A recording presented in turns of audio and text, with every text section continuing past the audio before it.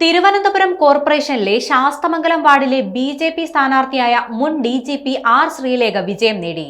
തിരഞ്ഞെടുപ്പിന്റെ തുടക്കം മുതൽ വിവാദങ്ങൾ കൊണ്ട് ശ്രീലേഖയുടെ സ്ഥാനാർത്ഥിത്വം വളരെ ശ്രദ്ധ നേടിയിരുന്നു.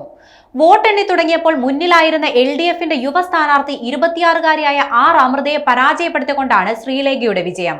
സരള റാണിയായിരുന്നു യു.ഡി.എഫിന്റെ സ്ഥാനാർത്ഥി. ഇത്തവണ തിരഞ്ഞെടുപ്പിൽ ശക്തയായ സ്ഥാനാർത്ഥിയെ മുന്നിൽ നിർത്തിക്കൊണ്ടായിരുന്നു ശാസ്തമംഗലത്തെ എൻ.ഡി.എ കളത്തിലിറങ്ങിയത്. ആർ. ശ്രീലേഖയെ മേയർ സ്ഥാനാർത്ഥിയാക്കിക്കൊണ്ടായിരുന്നു ബി.ജെ.പിയുടെ പ്രചരണം. വിവാദങ്ങൾക്കൊപ്പമായിരുന്നു ശ്രീലേഖയുടെ സ്ഥാനാർത്ഥിത്വവും പ്രചരണവും. റിട്ടയർഡായിട്ടും സ്ഥാനാർത്ഥി പോസ്റ്ററിൽ IPS എന്ന് ചേർത്തതിന് പിന്നാലെ ശ്രീലേഖ വലിയ വിമർശനം നേരിട്ടിരുന്നു. വോട്ടെടുപ്പ് ദിനത്തിൽ ചട്ടവിരുദ്ധമായി തിരഞ്ഞെടുപ്പ് സർവേ ഫലം പ്രസിദ്ധീകരിച്ചതും വിവാദമായിരുന്നു. തിരുവനന്തപുരം കോർപ്പറേഷനിൽ NDAക്ക് മുൻതൂക്കമെന്ന സർവേ ഫലമായിരുന്നു ശ്രീലേഖ പങ്കിട്ടത്. പോളിംഗ് കഴിയുന്നതുവരെ ഇത് പ്രസിദ്ധീകരിക്കരുതെന്നാണ് ചട്ടം. എന്നാൽ ഈ ചട്ടം കാറ്റിൽ പറത്തിയായിരുന്നു ശ്രീലേഖയുടെ നടപടി. പക്ഷേ ഈ വിവാദങ്ങളൊന്നും തിരഞ്ഞെടുപ്പിൽ പ്രതിഫലിച്ചില്ല. ആർ. ശ്രീലേഖ ശാസ്തമംഗലത്ത് നിന്നും വിജയിച്ചു കയറി.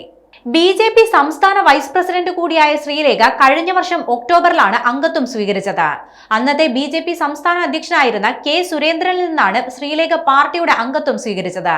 ചേർത്തല SP ആയി ഔദ്യോഗിക ജീവിതത്തിന് തുടക്കമിട്ട ശ്രീലേഖ തൃശൂർ, പത്തനംതിട്ട, ആലപ്പുഴ ജില്ലകളിൽ SP ആയിരുന്നു. Vigilance, crime branch, DIG, IG, ADGP എന്നീ ചുമതലകളും വഹിച്ചിരുന്നു. ഫയർഫോഴ്സ് മേധാവിയായിരിക്കെയാണ് ശ്രീലേഖ സർവീസിൽ നിന്നും വിരമിച്ചത്.